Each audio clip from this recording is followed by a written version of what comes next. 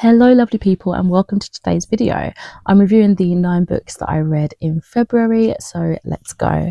The first one was something that I was on the book tour for, so thank you to Black Crow PR for sending me a copy, and that is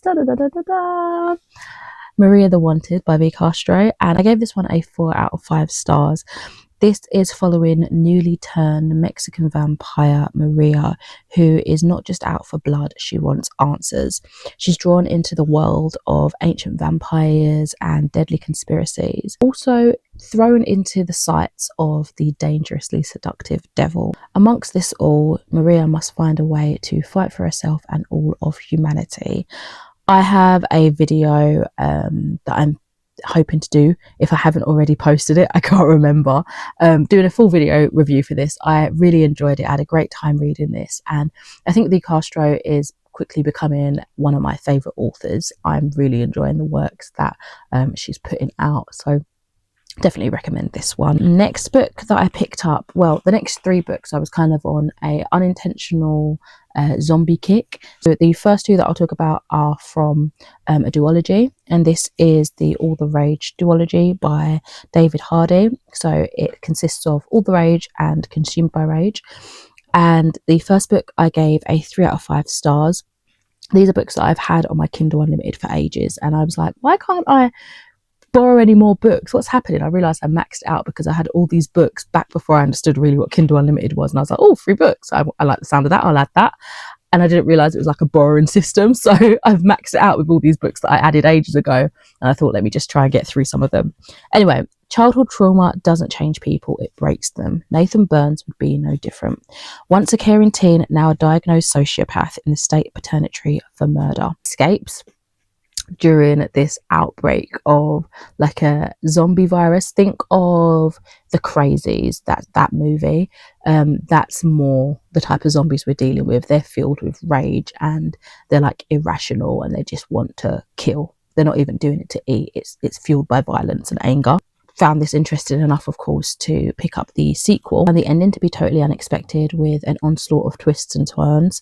Probably this and the fact that it was audio assisted, only very short. They're not quite novellas. I think they'd be like short stories maybe. I'm not too sure what constitutes what for like page length and stuff, but also because it's just a duology of 2 shorter books, it kept me reading. If it was any longer, I'm not sure I would have been that much intrigued to find out how it ends, but it was, yeah, relatively a short book, so for my time in it, it was enjoyable. I guess it was entertaining, shall I say. So it's funny actually, because All the Rage took me quite a while to get through, and I think it's because I was on a kick of like tablet and Kindle books and things like that, and then when I picked this up, I wasn't picking up my tablet as much, maybe, I don't know, it was something weird like that. Anyway, I think it's because I was picking up this during that time, but Consumed by Rage, the sequel, I read pretty quickly, and although I gave it the same rating, a 3 out of 5 stars, I do feel like I enjoyed Consumed by Rage a little bit more. So I think it was definitely best to pick up this sequel like immediately after the first book. It's not something I typically do, even though I always have intentions of doing like a book marathon of a series, right? It just never ends up happening for some reason. So I'm glad I did that this time. It did take me a minute to realise that the chapter titles were names of songs, and once that clicked, I was like, oh, that's pretty cool. I liked that it had like a little playlist, right? The detailing of the story was fleshed out more thoroughly in terms of the state of the world, and I've just got my pen, in terms of the state of the world post-apocalyptic with the zombies, which made awful things that were happening to the characters, because I got to know them a little bit better, hit harder. So yeah, overall I enjoyed this more than the first book. Got that series ticked off my list. Right, so the 4th book I read, Being Another Zombie, was unfortunately one that I gave a 2 out of 5 stars to, and this is I Will Survive by Dana Burke. I did have some books that she sent me back when I think not too long started Goodreads, and they were out of my comfort zone. There were different genres, and I was like, yeah, I'll give them a go, and I just never got around to it. I felt so awful. I always end up reading a book. That's my thing. I will get to it eventually. So anyway, I recently re-stumbled on these books, these digital copies I had, And I was like, oh, I need to at least try one of them, see what I feel. And unfortunately, the one that I thought I would like the most out of the selection, I didn't enjoy. So I don't know, they're quite old published. I think they came out 2015. And this one is part of another zombie post-apocalyptic series. I think there's 3 books in the series. And this one follows Addison, who brings her blog back to life during the zombie apocalypse by leaving papers of tips on how to survive said apocalypse throughout like abandoned houses and malls and things like that. It's very simple in style, not a lot of depth, but you know, an overall fine story. I won't be continuing on with it though. Next up, I read another Shari LaPenna. So I've been going through some of those books, and this one was An Unexpected Guest, which I gave a 3.5 out of 5 stars.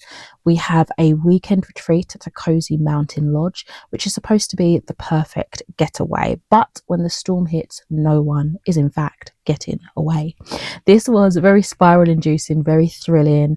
I was a little bit lost. I was listening to this via like audiobook, so I was a little bit lost with the amount of characters that we had. I did have to rewind a couple of times to kind of really figure out who was speaking at one point, especially when it came to the fantastic reveal.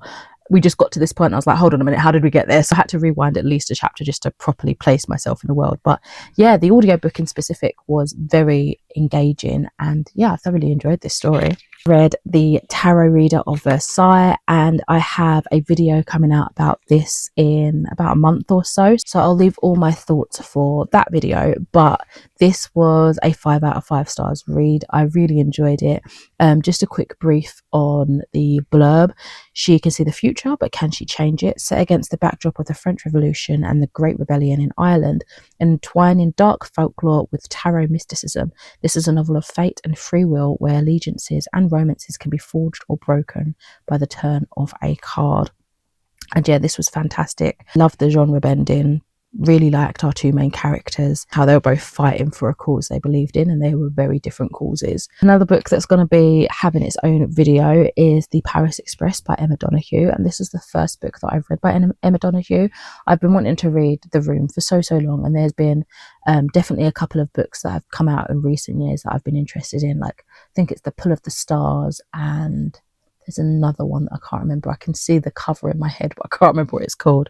But yeah, this is a historical novel about the infamous 1895 disaster at the Paris Montparnasse train station. I gave this one a 3 out of 5 stars. It was something that I wasn't super hooked with. I almost DNF'd it, but I'm glad I kept going. Again, it was a relatively short read, and I also had the audiobook to aid me with this one as well, so I think that helped push me through it a little bit more. But it was very enjoyable, like entertaining to listen to. I really quite liked the character studies that we had of the various different passengers on this train, and also this impending doom of, oh my god, what's going to happen, why is this a catastrophe of an event, because I didn't know about the historical event prior to this. So I think you can enjoy it either way, if you did know or you didn't know. But again, I'll talk more about that in depth in said video. The book that I talks about a little bit more in a different video is called The Pledge, and unfortunately I did DNF this one at page 56. This is by Sarah Yarwood Lovett. It's about Thea, who is like a high profile lawyer. When she deciphers a cryptic invitation, she can't believe it's real, yet the next moment she's on a jet being whisked off to a privately owned Caribbean island. However, the next morning their host turns up dead, but the killer is not the only threat on the island. Yeah, I just struggled to get sucked into this one. The main character wasn't very likable, and I didn't really feel a pull to pick this up. Great Library of Tomorrow is another book that I was kindly gifted by the good folk at Black Crow PR. Got the sequel as well, so hopefully I can pick that up relatively soon. But this is by Rosalia Aguilera Solis, and this is set in a world inspired by the creators of the music festival Tomorrowland. We have an epic fantasy about a band of heroes who must defeat a malevolent enemy who is bent on destroying the openness, love and creativity that sustains their many realms.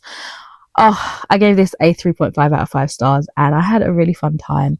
I felt like I read this in every format possible. I had the physical, I had the digital going, I had the audio going at many points, and yeah, it was a lot of fun. It felt whimsy in its magic and wonder, but don't let that fool you. The deaths in here hit hard, and they were quite brutal, quite dark. I do feel like it had a good balance though of the more refreshing, whimsy, magical moments, and then the darker elements. They balanced each other out quite well, I think. We do have quite a few generic tropes in this story. I think you can't go wrong with a bit of good versus evil. It does ground you. It's a staple in the fantasy genres, right? But it kept itself unique enough with the whole world, the magic system, the relation to books and words and meaning and kindness, and also the whole concept of the author within this world as well.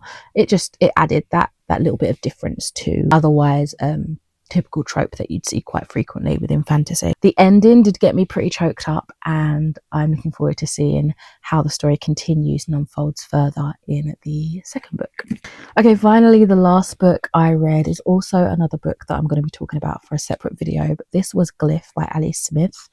And yeah, I ended up giving this one a 3.5 out of 5 stars. I feel like I gave quite a lot of 3.5 stars for this wrap up, and also there was quite a few zombie books going on. Yeah, this is another genre bending story, our era spanning search for meaning and knowing.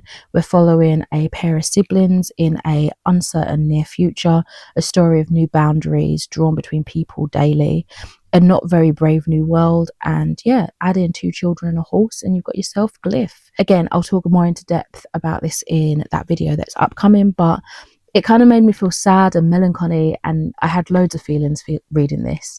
It was an experience, I would say. It kind of reminds me in tone of something that Max Porter has done, maybe like Lanny or something like that, in the way the story is delivered. So if you like Max Porter, you might like this. Anyway, my friends, that is the end of today's video. Thank you so much for watching, and I shall catch you in another one soon. Bye. Elsa says bye too.